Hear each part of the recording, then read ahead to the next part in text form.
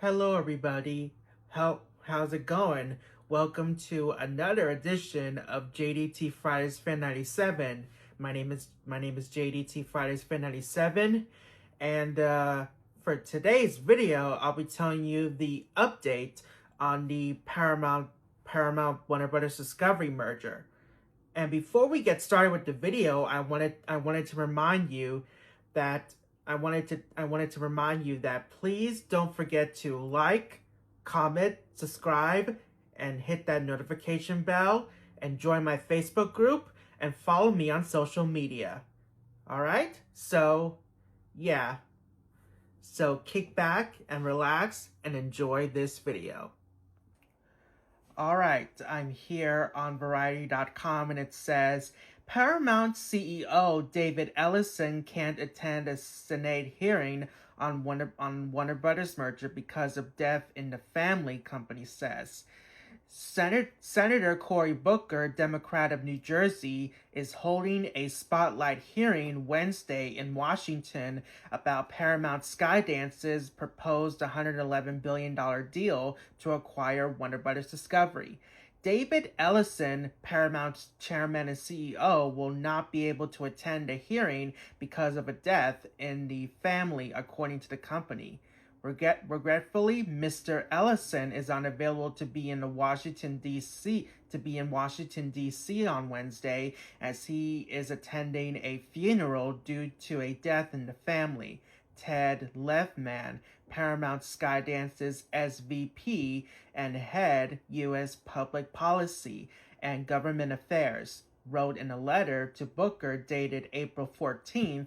Booker has invited Ellison to speak at a hearing in a letter sent Monday. A Paramount Skydance rep declined to identify which member of the Ellison family had died. According to Lehman, Paramount's mega deal to merge with WBD is quite straightforward. We believe the transaction should be reviewed on the merits, and on merits, the transaction is pro-competitive. Lehman continued, most importantly, a Paramount Skydance Warner Brothers Discovery transaction is all about increasing amount of content released in theaters and streaming platforms. This increase in content will create competition and greater demand for creative talent. We want customers in theaters where they can experience the full movie-going experience, and increased number of theatrical releases that the combined company will provide our streaming platform with an impressive array of content that will check the dominance of rivals like Netflix. Ellison has previously declined an invitation to testify before the Senate Judiciary Committee's Subcommittee on Antitrust, Competition Policy, and Consumer Rights. The subcommittee held a hearing February 3rd where Netflix co-CEO Ted Sarandos and Warner Brothers Discovery Chief Revenue and Strategy Officer Bruce Campbell testified amid sharp questioning. Following the hearing, Booker requested Ellison's written testimony, seeking insights on the proposed sale of Warner Brothers Discovery and Paramount's parallel bid, and asking Ellison to address concerns about political interference in the merger review process.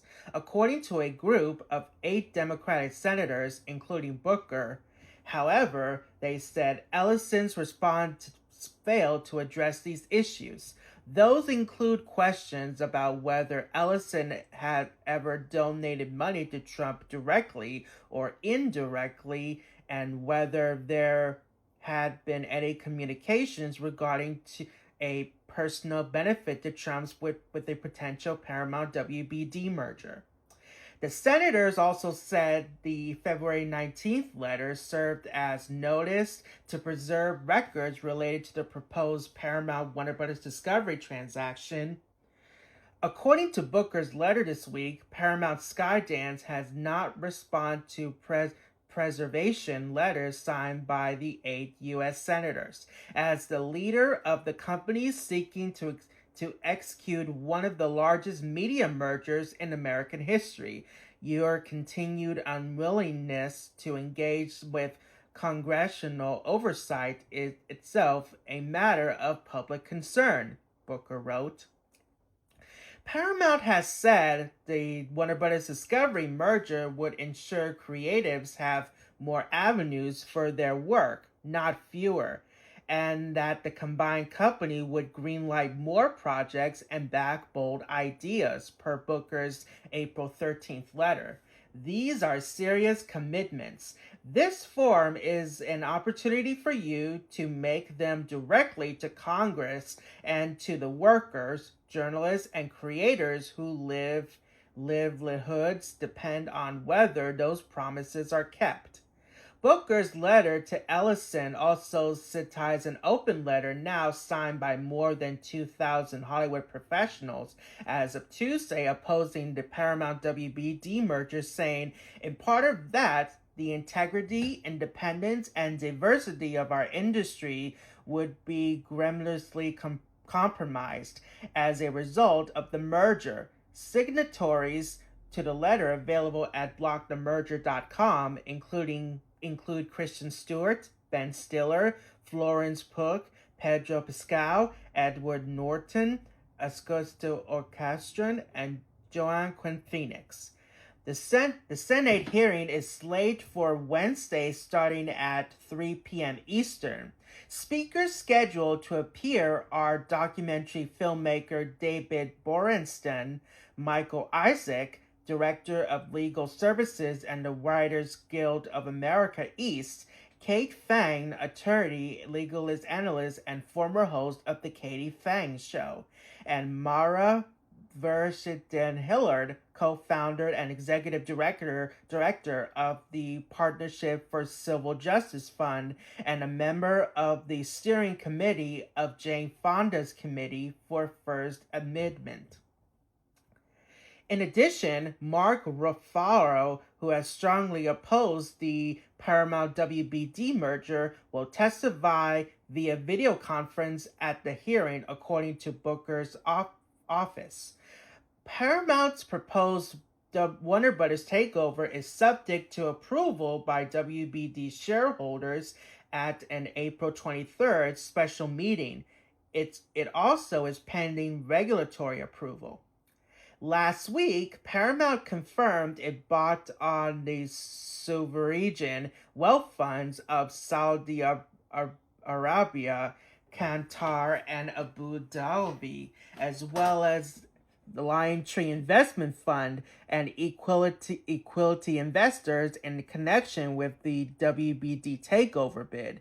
In aggregate, the three Middle Eastern funds are investing close to $24 billion, while Saudi Arabia's Public Investment Fund taking a roughly $10 billion stake. And according to Deadline, Mark Ruffalo added to Cory Booker spotlight hearing on Paramount-WBD merger David Ellison would not attend. Mark Ruffalo will speak via Zoom at Senator Cory Booker's spotlight hearing on Wednesday on Paramount's proposed merger with Warner Bros. Discovery. Booker also have invited Paramount CEO David Ellison to testify, following up on previous letters asking him to appear. But as was reported on Tuesday, Paramount informed Booker that Ellison could not attend as he is attending a funeral due to a death in the family. CNFers reported on Wednesday that Ruffalo was pitched as a potential guest on CNN earlier this week, but a booking producer passed citizen the sensitivities of the merger, with the network, a division of Warner Bros. Discovery, said to be acquired. A CNN spokesperson told CNFers that there were no unusual editorial restrictions on the coverage of the merger. A spotlight hearing is not an official hearing on the Senate judiciary schedule, but rather are typically held by one or more members of a party to focus on a particular issue. Last month, Senator Adam Schiff, Democrat of California, and Republican Laura Friedman, Democrat of California, held a spotlight hearing in Los Angeles on the Paramount-Warner Bros. Discovery merger. Per Booker's office, those also scheduled to appear at Wednesday's hearing include David Boriston, this year's documentary feature winner for Mr. Nobody, against Puddin, Michael Isaac, Director of Legal Services at the Writers Guild of American East, attorney Kate Thane, and Maya Verderen-Herlert, co-founder and executive director of the Partnership for Civil Justice Fund and member of the steering committee of Jane Fonda's Committee for the First Amendment. Fonda's committee helped organize an open letter of industry professionals opposing the Paramount-WBD merger, a spokesperson for another group that is involved in the effort. The Democratic Defenders Fund said that more than 2,000 have signed on into the letter, with Edward Norton, Pedro Pascal, Florence Pugh, and Alejandro Acosta recently adding their names. A Paramount spokesperson did not immediately respond to a request for comment. In his latest message to Ellison, Booker noted Paramount's response to an open letter. Paramount stated that the merger would ensure that creatives have more avenues for their work, not fewer, and that the combined company would greenlight more projects and back bold ideas. These are serious commitments. This forum is an opportunity for you to make them directly to Congress and to the workers, journalists, and creators who livelihoods depend on the whether the promises are kept. The New York Times first reported on Booker's letter. Ted Lehman, Senior Vice President and Head of the U.S. Public Policy and Government Affairs, wrote in a letter responding to Booker that their view on the transaction is quite straightforward. We believe the transaction should be reviewed on the merits, and on the merits, the transaction is pro-competitive. Lehman added, most importantly, a Paramount Skydance Warner Bros. Discovery transaction is also about increasing amount of content released in theaters and streaming platforms. This increase in content will create competition and greater demand for creative talent. We want customers in theaters where they can experience a full movie-going experience. An increased number of theatrical releases that the combined company will generate will provide our streaming platform with an impressive array of content that will check the dominance of rivals like Netflix. And according to CordCuttingNews.com, Paramount will soon own over 50 cable TV channels and many of the most watched channels once it buys Warner Bros. Discovery. Paramount Global is said to become one of the dominant forces in American cable television following the acquisition of Warner Bros. Discovery. The transaction, announced in February 2026 and valued at roughly $111 billion, is expected to close in the third quarter of this year pending regulatory approvals. Once completed, the combined entity will own more than 50 cable TV networks across the United States, creating an unmatched portfolio that spans news, entertainment, lifestyle, sports, kids programming, and premium content.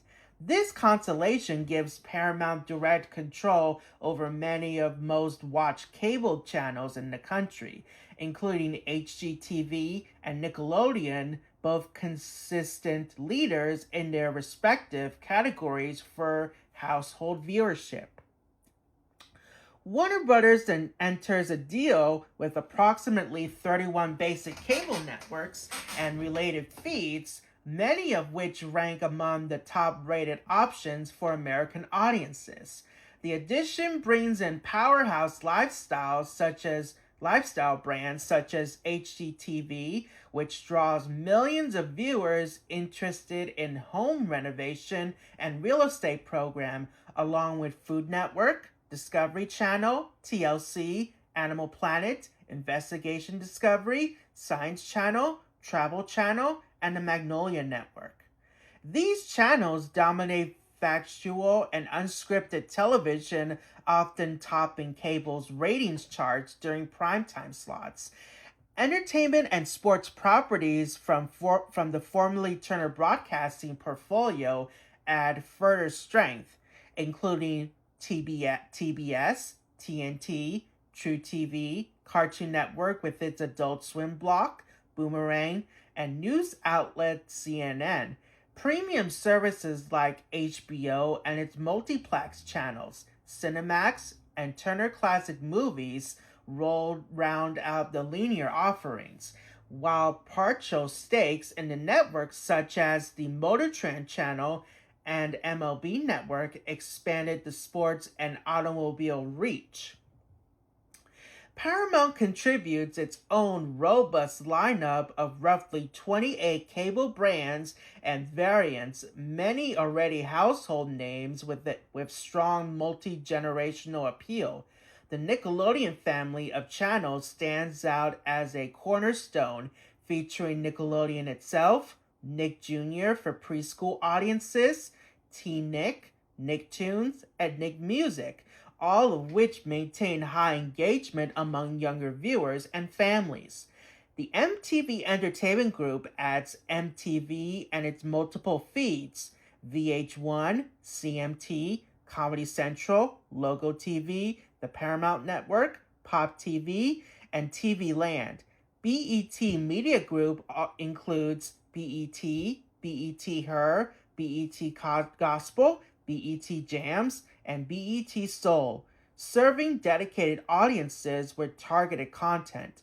Premium cable gets a significant boost from Showtime and its extensive multiplexes, the Movie Channel, Flix, and related services, complemented by Smithsonian Channel and CBS Sports Network for educational and athletic programming.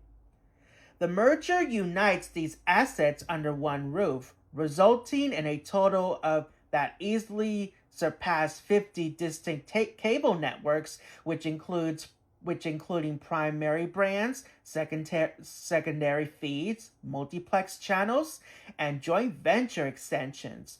Control over HGTV positions the new Paramount to lead in the booming home and lifestyle segment, while Nickelodeon ensures continued dominance in children's and family entertainment. Two areas that have proven resilient even as overall cable subscriptions decline. Together, the networks cover nearly every major demographic from children and teens to adults seeking news, comedy, drama, or reality fare. Sports programming through TNT and CBS Sports Networks combined with factual hits from Discovery and Travel Channel. Creative cross-promotional opportunities that could stable linear viewership amid ongoing cord-cutting trends. Paramount already operates Paramount Plus, and the integration of Warner Bros. Discovery's Max platform, which is now known as HBO Max once again, is anticipated to create synergies that bundle linear cable access with digital offerings. The expanded cable portfolio provides a vast library of content that can be repurposed across platforms, potentially slowing subscriber losses and attracting advertisers seeking bundled reach. Lifestyle networks like HGTV and Food Network, for instance, generate steady advertising revenue from home improvement and consumer brands, while Nickelodeon and Cartoon Network deliver constant ratings among young youth audiences that appeal to family-oriented sponsors. News and entertainment staples such as CNN, TBS, and MTV further diversify the mix, ensuring the company can compete in a fragmented market where viewers often flip between linear channels and on-demand services. Regulatory scrutiny is expected given the sheer scale of the combined cable holdings, but the transaction aligns with recent patterns of mega mergers aimed at achieving greater operational effectiveness. Cost savings could emerge from consolidated advertising sales, shared production facilities, and streamlined distribution agreements with cable and satellite providers. For consumers, the immediate impact would include more unified programming strategies, such as cross-network events that promote shows across HGTV and Nickelodeon, or coordinated sports coverage linking TNT with CBS Sports Network. Over time, the enlarged entity could explore new channel launches or rebrandings that leverage the strengths of both legacy portfolios. The acquisition marks a pivotal moment for Paramount, transforming it from a major player, including a cable television colossus with ownership of more than 50 networks. The company gains unpredicted influence over what millions of households watch on traditional cable systems. Channels that have long defined American viewing habits, from the home-focused appeal of HGTV to the colorful, family-friendly world of Nickelodeon, now sit alongside one another under single ownership. The development promises to reshape advertising markets, content, and creation pipelines, and the overall competitive balance in an industry still adapting to digital disruption. As the deal moves toward completion later this year, the focus will remain on how the integrated network slate performs in an era where cable remains relevant even as streaming continues to its rise. The combined catalog represents a formidable asset that underscores the enduring value of linear television brands in a rapidly evolving media environment.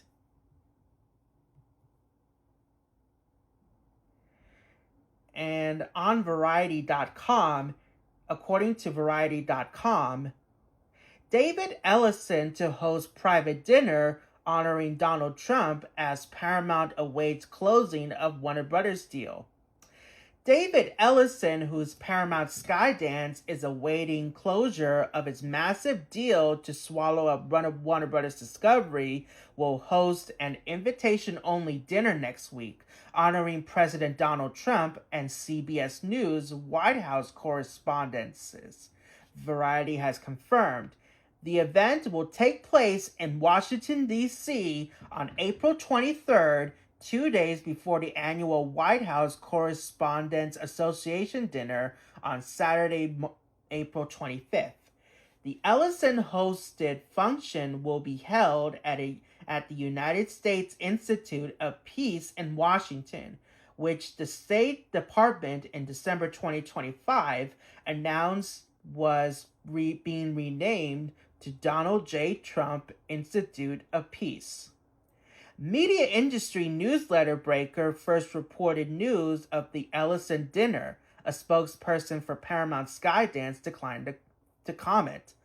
According to an earlier report by Breaker, CBS News invited Defense Secretary Pete Hegseth and White House Deputy Deputy Chief of Staff Stephen Miller as its guest to the White House Correspondents Association dinner.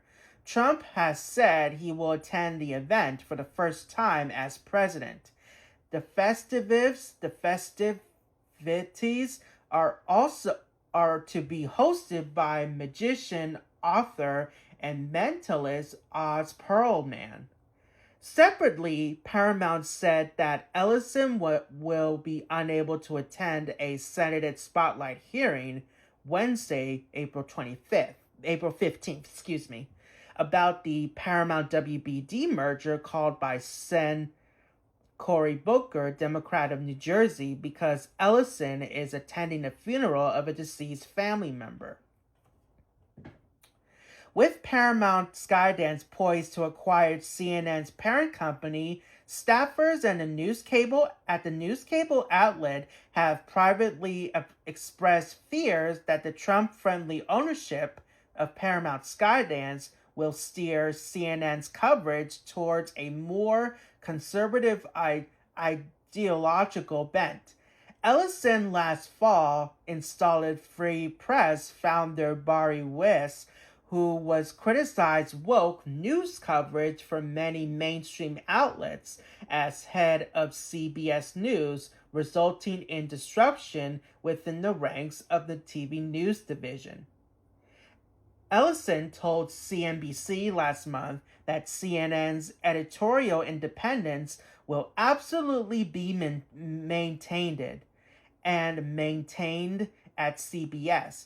It'll be maintained at CNN, and really, who we want to talk to, it's the 70% of Americans and really around the world can identify as center-left, as center-right. And we want to be in the truth business. We want it to be in the trust business, and that's not going to change. Paramount's deal to acquire Warner Bros. Discovery, which has an $111 billion enterprise value, is pending regulatory clearance and WBD shareholder approval at the April 23rd special meeting. The companies have said they expected the deal to close by the end of the third quarter of 2026. Last month, the acting head of the Justice Department's Antitrust Division, Admid Assedafi, said the Paramount-WBD deal will absolutely not be on a fast track for approval due to political reasons. In the context of the Ellison family's friendly ties to Trump.